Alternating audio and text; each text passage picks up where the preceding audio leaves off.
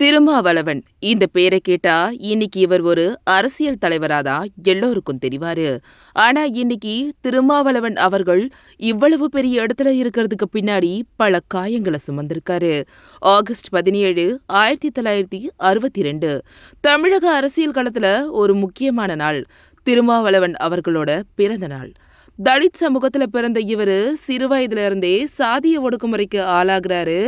அன்னைக்கு அந்த சின்னஞ்சிறுவனுக்குள்ள வந்த கோபம் தான் இப்போ காட்டுத்தீயா பரவி சாதிய மதவாத ஒடுக்குமுறைகள் இருக்கக்கூடாதுன்னு போராடிட்டு இருக்காரு.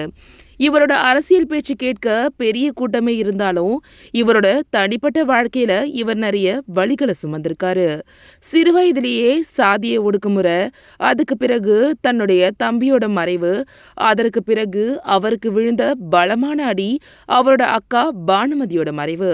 சிறு வயதுல இருந்தே அக்காவை தன்னோட அம்மாவா பார்த்த திருமாவளவனால அவரோட அக்காவோட மறைவை இன்றளவும் ஏத்துக்க முடியல. இவர் ஒடுக்கப்பட்ட சமூகத்துக்கு குரல் கொடுப்பதற்காக இன்னைக்கும் திருமணம் பண்ணிக்கல.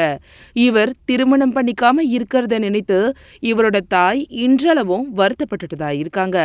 என்னதான் வாழ்க்கை அவருக்கு இத்தனை சோதனைகளை கொடுத்தாலும் அதையும் தாண்டி ஒடுக்கப்பட்ட மக்களுக்காக விடுதலை சிறுத்தையாய் அரசியல்ல களமாடிட்டு இருக்காரு. இவரோட வாழ்க்கை வரலாறை பத்தி பேச இந்த சிறிய தொகுப்பு பத்தாது. திருமாவளவன் அவர்களோட வாழ்க்கை வரலாறை பத்தி தெரிஞ்சுக்க கமெண்ட் பண்ணுங்க. ஃபுல் வீடியோ அப்லோட் பண்றேன்.